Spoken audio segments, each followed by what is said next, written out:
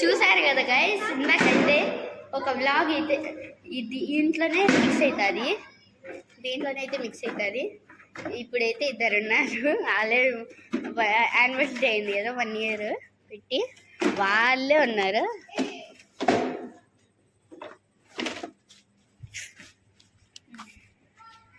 నిహారిక, వర్షిత తెలిసిందే.